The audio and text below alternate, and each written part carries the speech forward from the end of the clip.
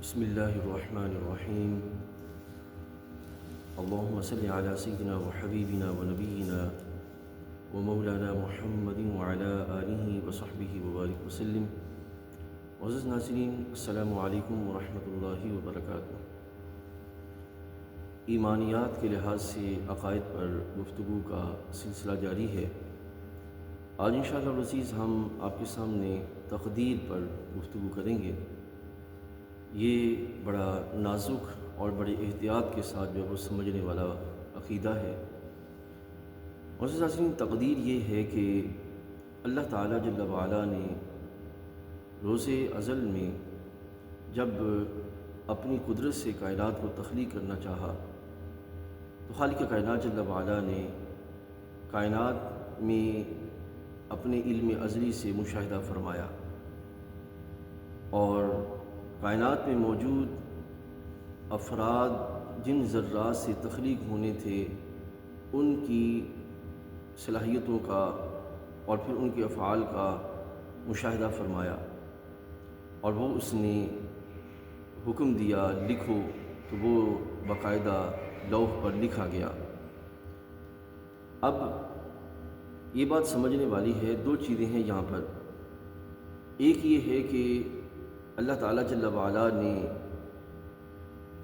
لوح پر لکھوایا، اور جو لکھا گیا بندہ مجبور ہے کہ اس سے جو ہے وہ دائیں بائیں نہیں ہو سکتا۔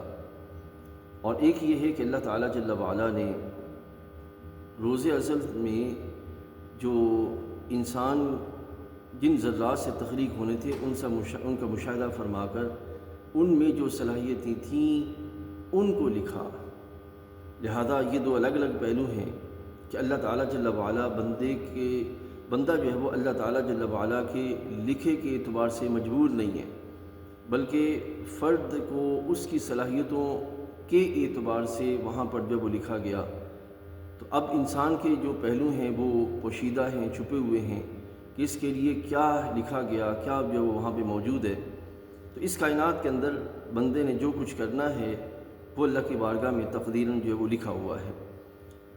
اب معزز حاضرین، بندے کے اعتبار سے یہ ہے کہ نبی مکرم صلی اللہ علیہ وسلم کا فرمان عالی شان موجود ہے کہ نبی علیہ السلام نے فرمایا کہ ایک بندہ دنیا کے اندر ساری زندگی خیر پر چلتا ہے اور اخیر وقت پر جا کر تقدیر غالب آتی ہے اور اس پر وہ بندہ خیر سے شر کی طرف بڑھتا ہے، جہنم میں جا پہنچتا ہے۔